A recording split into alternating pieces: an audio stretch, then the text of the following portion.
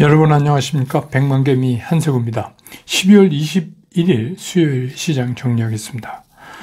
새벽에 끝난 뉴욕 시장은 그 5거래일 만에 상승으로 전환하면서 마감을 했습니다. 근데 뭐 말이 상승이라고 얘기하지 어떻게 보면 무늬만 상승인 그런 셈인데, 그래도 뉴욕 시장 장 초반에 그 일본은행이 어제 발표했던 일드 커브 컨트롤 그 YCC 확대 적용에 따르는 그 우려 때문에 좀 하락을 했지만, 장이 끝날 무렵에는 좀 한숨 돌려서 좀 안정을 찾는 그런 이제 분위기였습니다.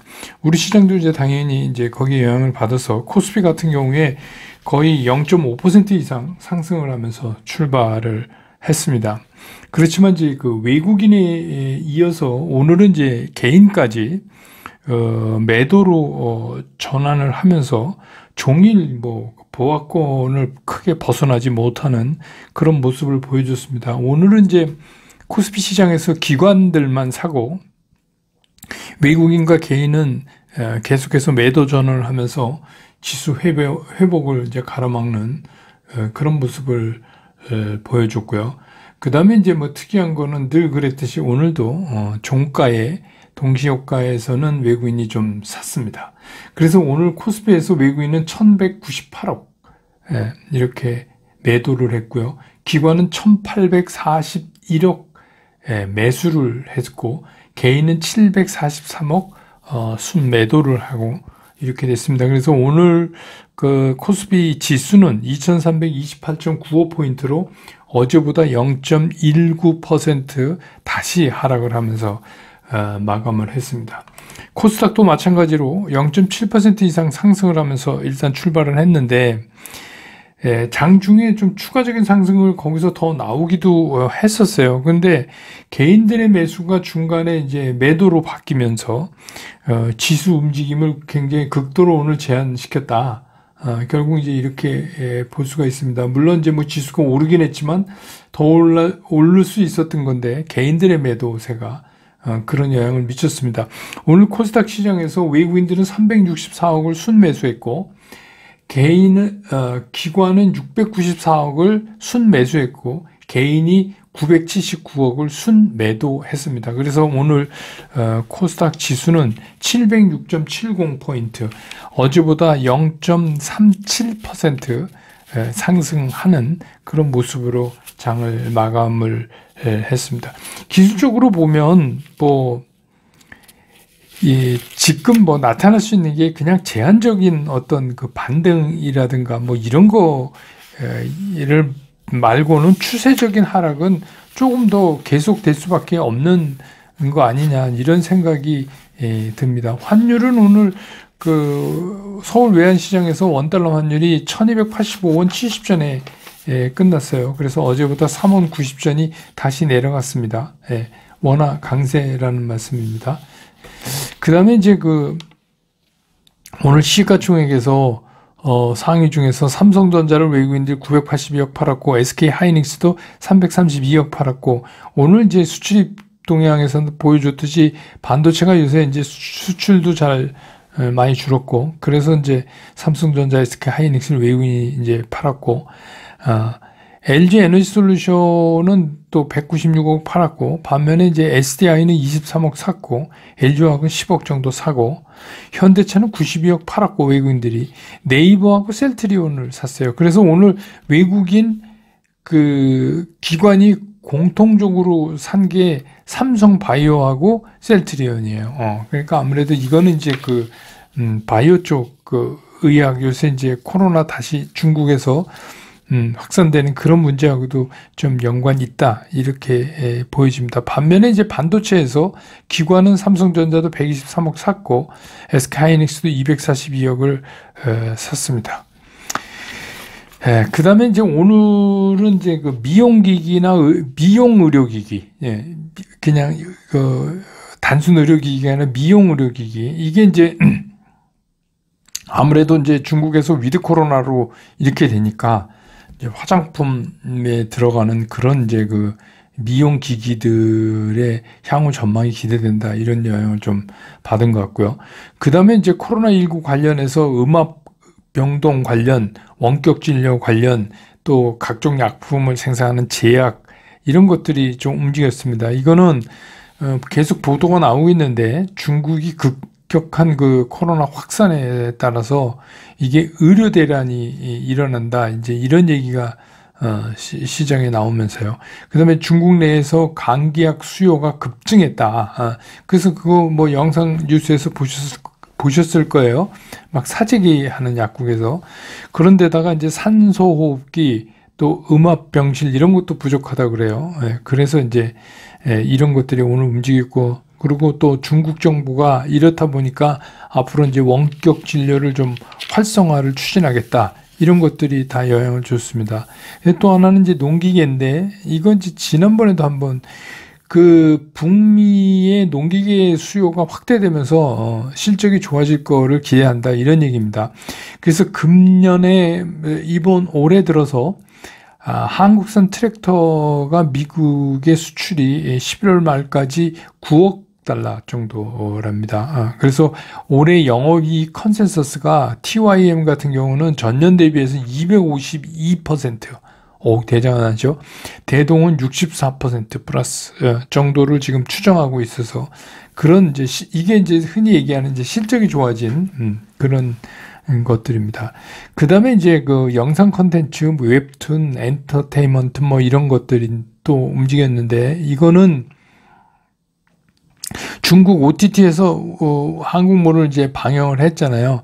그리고 이제 중국의 한 대형 방송사도 이게 햇술 6년 만에 한국 드라마를 방영한다고 예고를 했다 그래요. 그래서 이제 거기에 관련되는 이제 그 영상 콘텐츠 만드는데 이제 뭐 웹툰 뭐 이런 것들, 그런 것들, 또 엔터테인먼트까지 이렇게 이제 움직이는 그런 모습을 오늘 나타냈습니다. 결국은 뭐 이런 것 같아요. 지금 이제 시장이 재료에 의한 시장 탄력성은 크게 떨어져 있는 상태지만, 그나마 남은 게 이제 이런 이슈들이 빠르게 순환하는 그런 장세는 이어지고 있다. 그래서 이제 그 이슈 순환에서는 제가 이제 말씀드렸죠. 이거 뭐 쫓아가서 사거나 이런 건 아니고, 오히려 이제 갖고 계시다면 그거를 적절히 정리하는 그런 방법 쪽에서 시장을 보시는 게 무리가 없다. 이런 말씀을 이제 드렸는데, 오늘 시장 특징이 좀 그렇게 정리가 되겠습니다.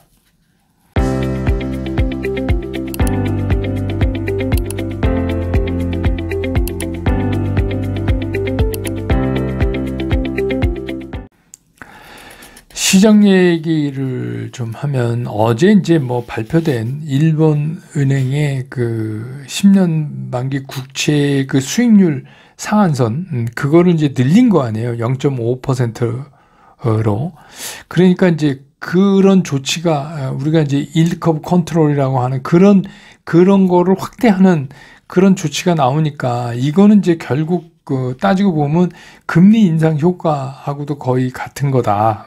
그래서 일본마저, 이제 그동안 일본은 긴축이 안 했잖아요. 그래서 일본마저 이제 긴축에 나서는 걸로 그렇게 이제 파악이 되었고, 이거는 이제 뭘 의미하냐면, 어제도 말씀드렸지만, 일본의 그 해외 자산들 있잖아요. 그거를 이제 매각을 할 거 아니에요. 왜냐면 엔화가 강해지니까. 그래서 이제 엔캐리, 그러니까 일본으로 돈이 이제 되돌아오는 그런 것들을 유도할 수 있어서, 이렇게 되면 국제적으로 자금 경색이 더 나올 수 있다.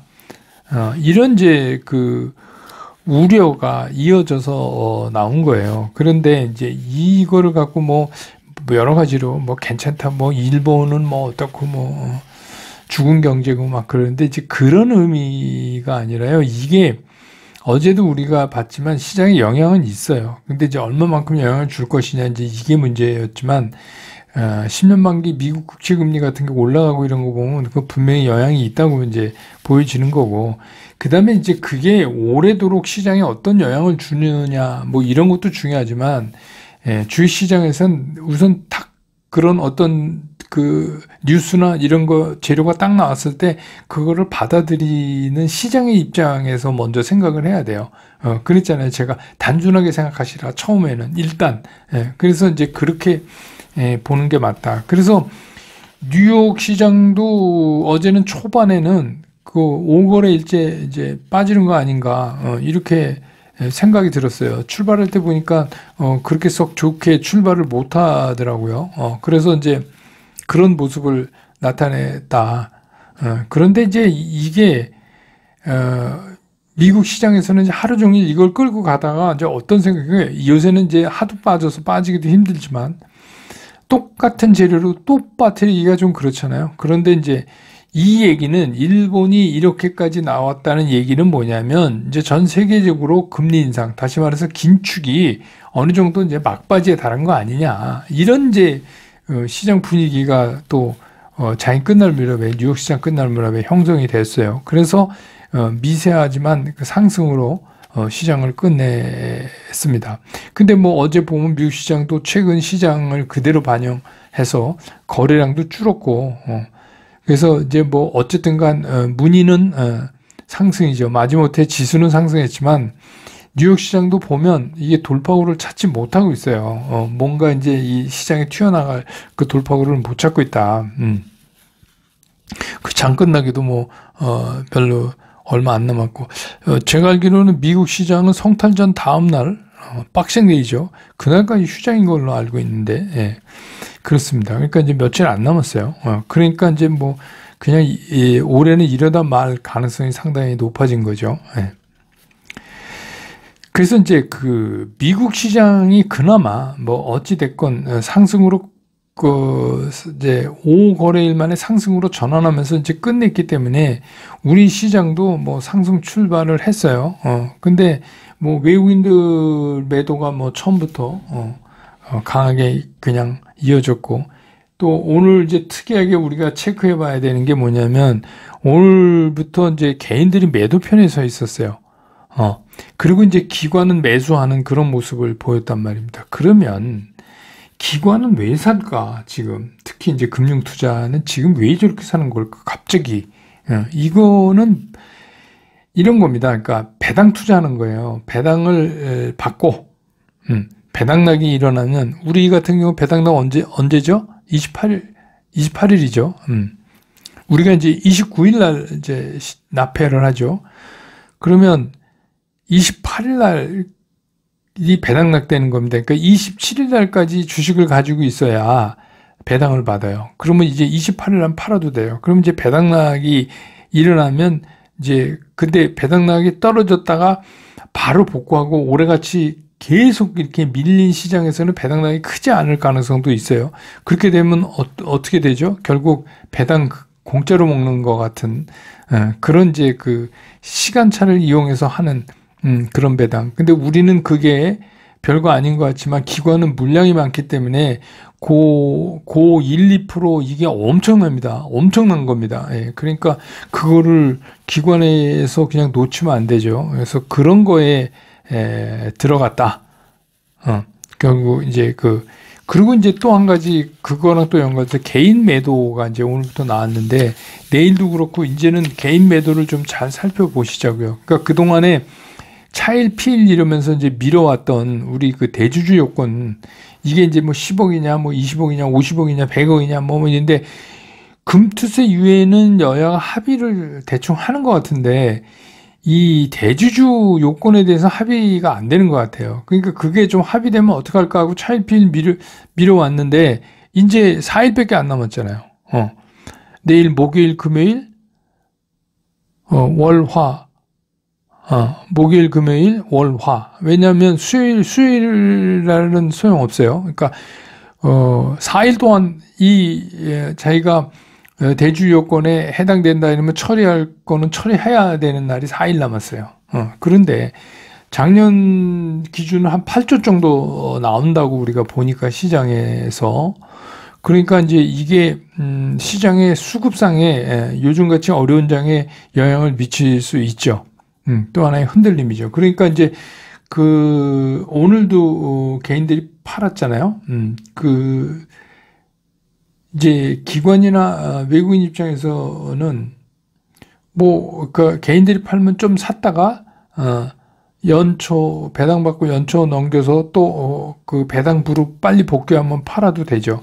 원래는 그렇게들 많이 하죠. 그래서 대주주 요건 회피 때문에 물량 나오면 사자 뭐 이렇게 이제 얘기를 하는데, 올해는 이제 뭐 딴 때랑 시장 분위기가 많이 달려서 그렇게 뭐 드라마틱하게 그런 게 잘 될 거라고는 생각하지 않지만, 한 차례 하여튼 흔들리면 그거 때문에 일어나지 않겠나. 그래서 이걸 좀 지켜볼 필요가 있다. 그래서 사실은 또 어떻게 보면 이런 것도 있어요.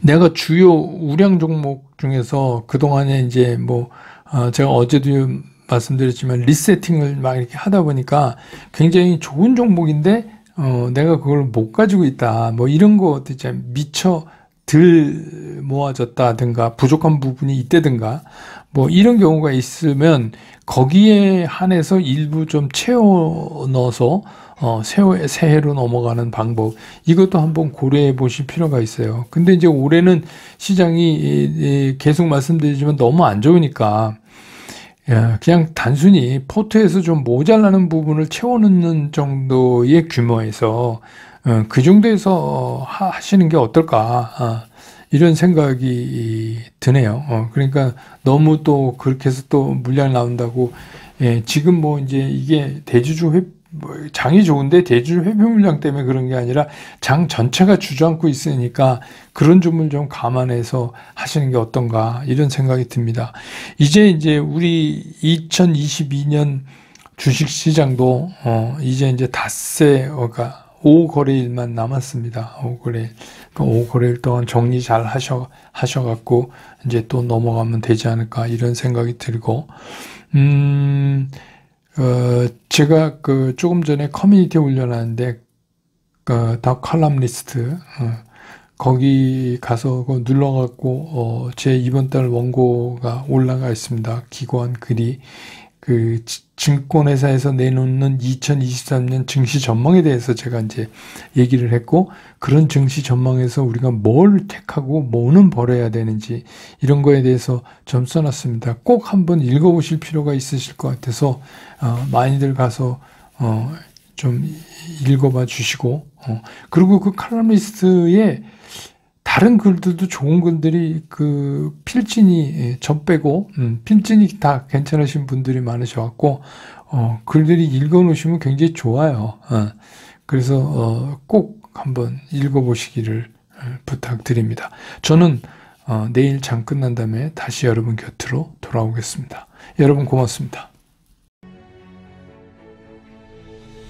투자스쿨에서 여러분들한테 전달해 드릴 메시지는 최종적으로 간결하다,